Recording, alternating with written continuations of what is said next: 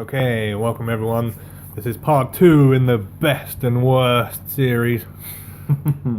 We will get onto some bests eventually, but they're just no fun. So here we are with 10 of the worst tag teams in WWE and all wrestling.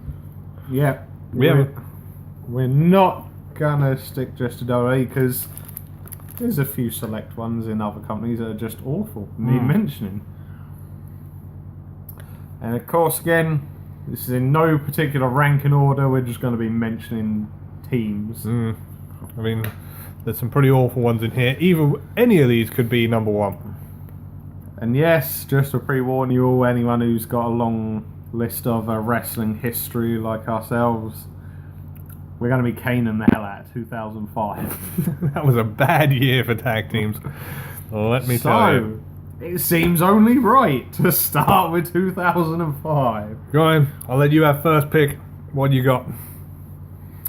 This is number 10. So much to pick from. Let's go with the heartthrobs. Oh dear. Romeo and Antonio. Right, this was mid 2005, just after WrestleMania, I think. These two debuted. I can't even describe the gimmick. They had feather boas. They were coming out dancing. Yeah, even the gimmick was confusing because it was like, are they strippers? Are they dancers? Are they someone else entirely? Romeo and Antonio. I could never really work them out. Nah. Did we even have the brand split at this point? Yeah, brand split still would have been happening. I believe they were predominantly on Raw. They were a Raw tag team. They were in a couple of tag team title matches. There was a running gimmick that the coach was involved with them. At some point, he used to go out partying with them. Partying where? I don't know. Now, this is going to be a running trend in this list. They didn't last very long. I think they were in it for about 3 months. Yeah. Maybe 4. And they randomly turned up in TNA a couple of years later as the Heartbreakers. And again, didn't last very long. Amazingly original. So, yeah, just god awful. So, what to do for number 9? Number 9. We will go with something fairly recent from a few years ago.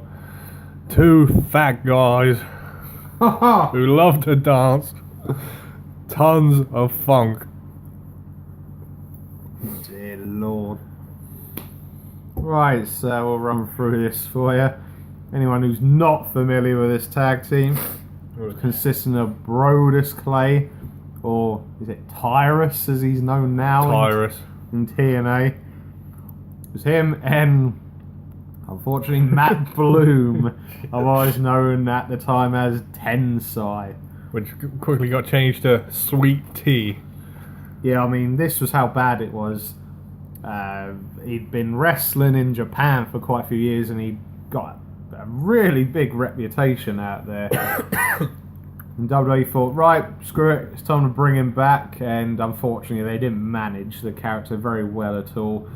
And he very quickly went from Lord Tensai to just Tensai. Yep. And and then of course they had the Funkadactyls with him. Yeah. Naomi and Cameron. I'll tell you how bad this tag team was. They had a match at WrestleMania. Well, they were supposed to have a match at WrestleMania 29. And out of all the matches they could have cut for time, their one was the one that got cut. It was supposed to be an 8-man tag. It was meant to be them 4 and the Bellas. Yeah. And against the Bellas and Team Rhodes Scholars, which was Cody Rhodes and Sandow. Bloody hell. But it got cut. They did the match the next night on Raw. It was a squash match. Tons of Funk picked up probably the biggest win of their career. And they didn't last for very much longer because the team ended when Brodus turned heel. and then quickly got fired, which ended the team. Ugh. Yeah, not good Just times. awful. Right, number 8. Right, I think I've got to mention a team that I come up with when we were discussing this earlier. The FBI. Yeah. The full-blooded Italians. Now, although they were a trio, they were predominantly a tag team with Nunzio being the leader / manager of the team. Yeah. But the actual tag team consisted of Johnny Stamboli and Chuck Palumbo. Yeah, they were originally in ECW, these three. Nunzio was known as Little Guido. Mm. And then, I don't know, this was about 2003 they brought him back. Yeah. For reasons unknown, they went after The Undertaker. Good move. Which didn't end particularly well for them. No, because would have this still been Taker Biker Yeah, era? he was still American Badass at this point. Oh, jeez. So, yeah, they didn't really do anything. I mean, they had a couple of rivalries, but nothing major. I don't think they ever had a tag title match. I don't recall them ever having one. They definitely never won a title. No. Not in WWE anyway. They might have done in ECW. And then, of course, when the team went to their demise, I believe, was it then after Chuck then joined another famous tag team? Ooh. Or was that before? No, I think that was after. Yeah, afterwards then we had the famous tag team of Billy and Chuck. No, that FBI was after Billy and Chuck. Ah, okay, after. Billy and Chuck split up in 2002. Yeah. So the year before. Yeah. But still, awful. It's like, And, and other than Nunzio, they weren't really very Italian, were they? no. And, to be fair, I think after they split up, I don't think we saw anything of Nunzio or Johnny Stamboli. Nunzio went to the newly relaunched ECW. Mm. And I think Palumbo got saddled with that awful biker gimmick, Oh. which didn't really work. Stamboli, I think, got fired. Yowza. So, okay, are we on number 7 now? Yeah, I think we're on number 7. No, we're on, yes, we are on 7. So, we're going back to 2005 Oh, God. with another terrible entry. This team really didn't last long. We're talking about the Dicks. Oh. And as you know, Vince McMahon loves dicks. Now, just where to start with these two. It was like they signed them out of Chippendales.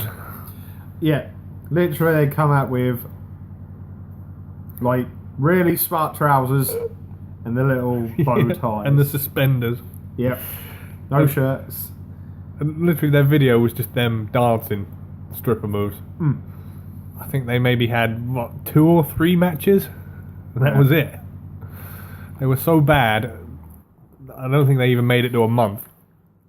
They had maybe 3 matches and then they fired them both. Yeah. It was just, I can't even remember who they beat. I think it was a jobber tag team. But they were just awful. They couldn't, you could plainly tell they couldn't wrestle. Yeah. They were just lumps. Yeah, they weren't great at all by any shape or form. I've seen local competitor tag teams that were better than these two. Ooh. Don't you be dissing the local competitors. So, moving on to number 6. What are you going to do for us this time? Well, you know what? We're going back to 2005. Oh, God. We're talking straight from the film Grease. Oh, no. Deuce and Domino. Oh, dear. Because they used to come out in the old school, Yeah. technically a saloon car. I think it might have been a Cadillac. Yeah, Cadillac with no top on. It was Deuce and Domino with their manager Sherry, who was basically an old school waitress Yes. from the 60s. She even had the era. roller skates and everything. She did. And we say they come straight from Greece, the film Grease, pretty much because they wore the exact same attire as the T-Birds. Yeah, leather jackets. The only difference was that they didn't have T-Birds on the back of their leather jacket. And get this, when they were announced as from the other side of the tracks.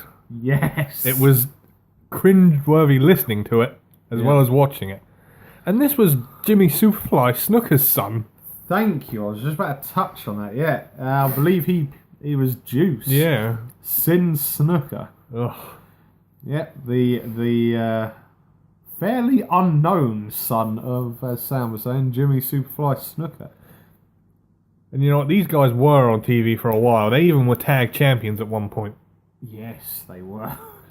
It was awful. Yeah, I mean, and then... I remember who beat him for the titles. It was MVP and Matt Hardy. Wow. But it was just a terrible gimmick. The music was awful.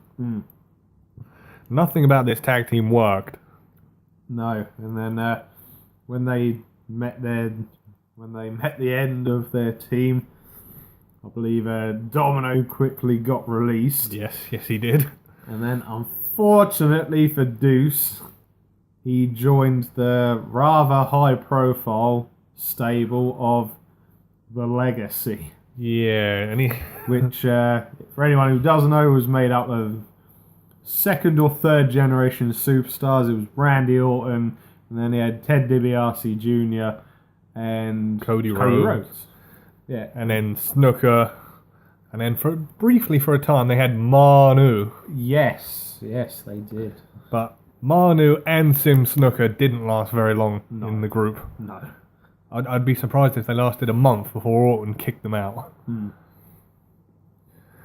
So yeah, not a great tag team and not a great career for either. No. So now we're going to be moving on to number 5. Oh, what to do. We're going to take you back all the way to 2000, an era quite known for decent tag teams. And to be fair, painful it is to say it, this team actually won in the end. We are talking about the Right to Censor. You know, the tag team whose entrance video was just a warning logo over and over again. Yeah, and their role within the company was basically to ban anything that wasn't PG friendly. These guys were so annoying. They were stealing tables, covering up women. Yeah. Yeah. We'll quickly run you through the team, stable, whatever you want to name them as. So, the leader of the group was obviously Steven Richards. Yep. And then he very quickly got joined by Bull Buchanan.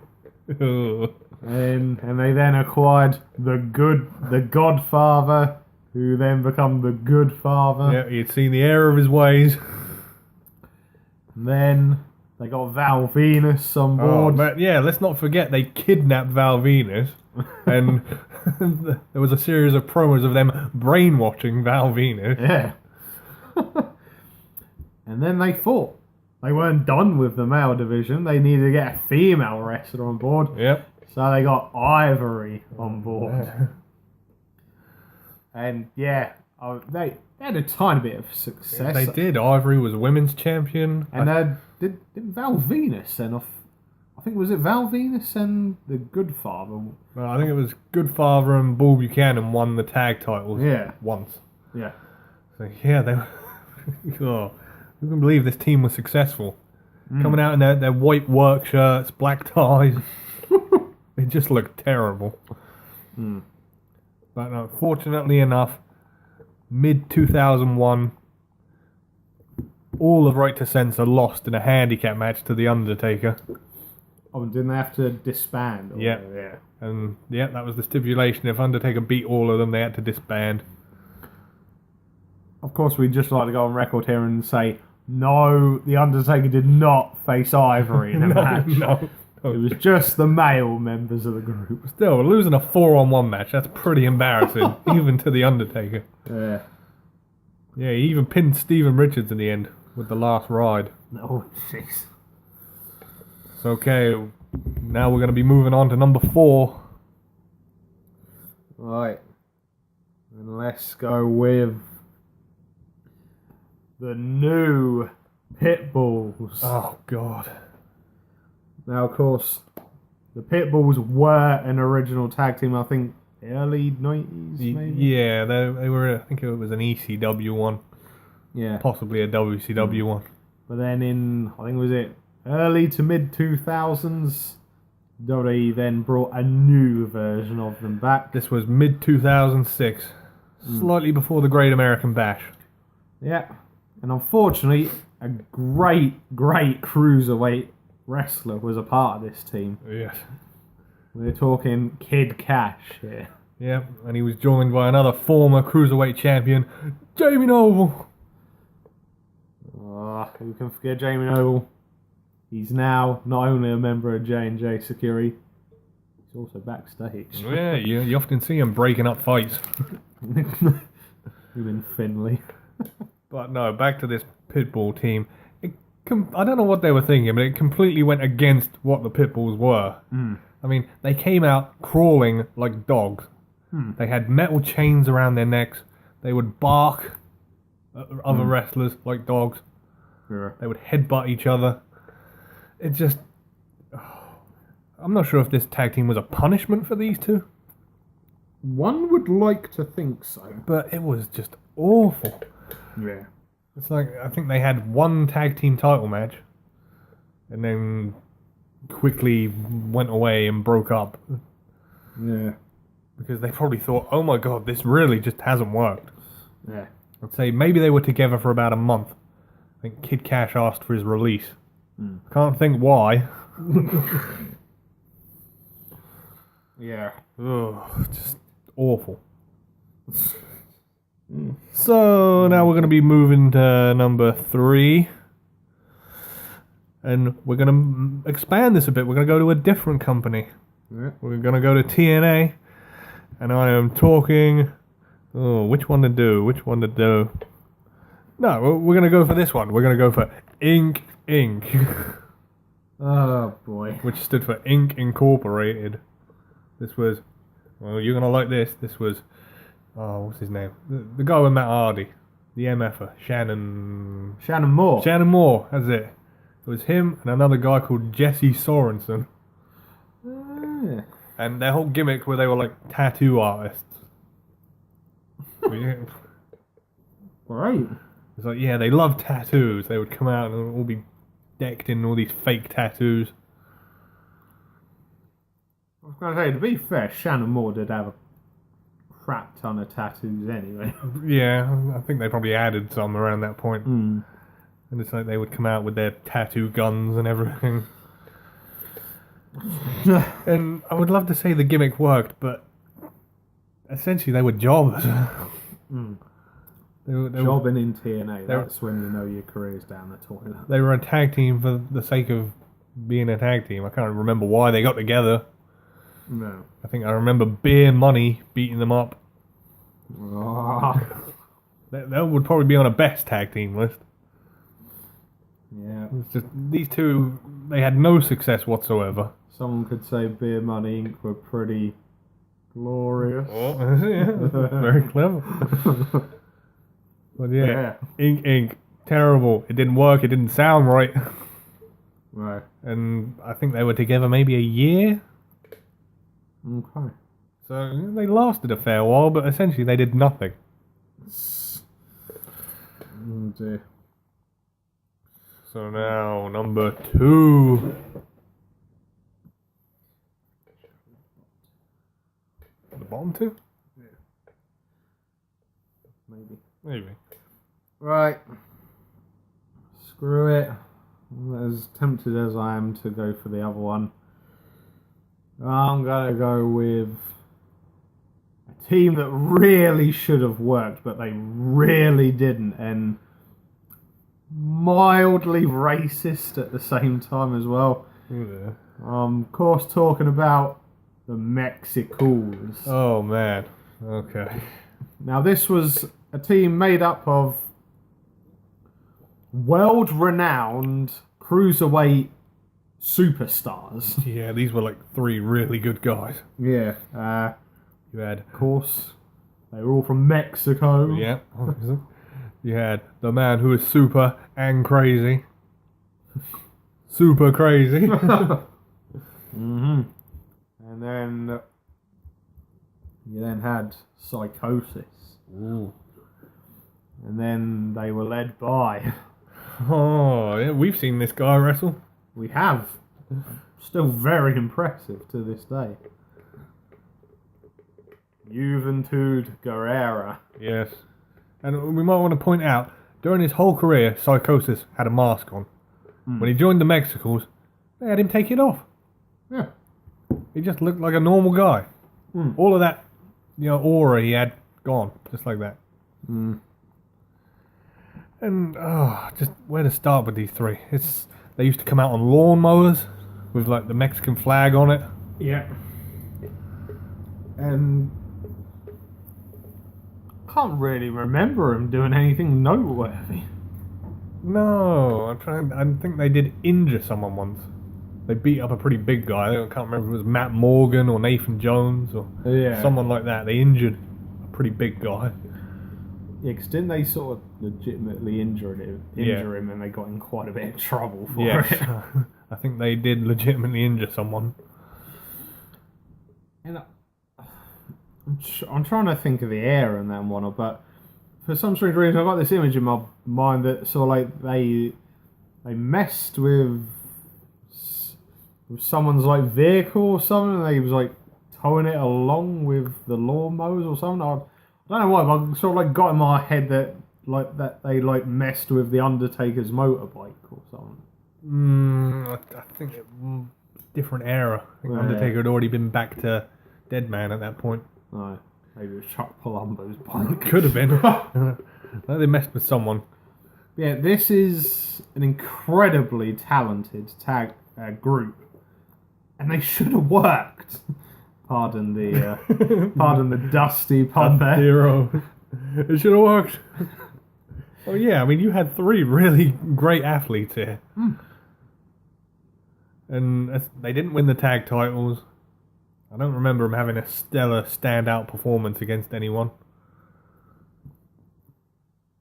I think maybe at one point did Juventud Guerrera maybe have the cruiserweight title whilst they were together? Yeah, sounds familiar. He may have picked it up at some point. But they didn't have any tag team success of any sort. No.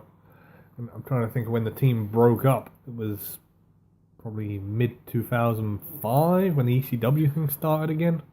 Yeah, and to be fair, I think didn't Juventud Guerrera get... They let him go. Yeah. And then I think did they keep around Psychosis and Super Crazy a little bit for the ECW thing? Yeah, they did. And then they dwindled out after that. And they fired ran off. Yeah, they fired them too. So it was another tag team that should have worked out, but impossible. Yeah, I mean, you could argue, maybe not as big, but they were certainly up there stature-wise. They were up there like popularity-wise in Mexico with like Rey Mysterio and Eddie. That's how popular and held high they were within the Mexican community, and WWE just massively dropped the ball with them. So now we're going to be moving on to number one, the top pick. I know you said about doing the bottom two, but I think we can't not mention these guys. Go on then, I'll let you do it. We're going to go back to 2005. Oh dear Lord. For a tag team that, terrible. Well, to be fair, man, all you gotta do is mention who their manager was. Yeah. This was how bad this character we're just about to mention is. The actual guy, he even hated being this character. We're talking Simon Dean, the fitness fanatic. Used to come out in his purple jumpsuit.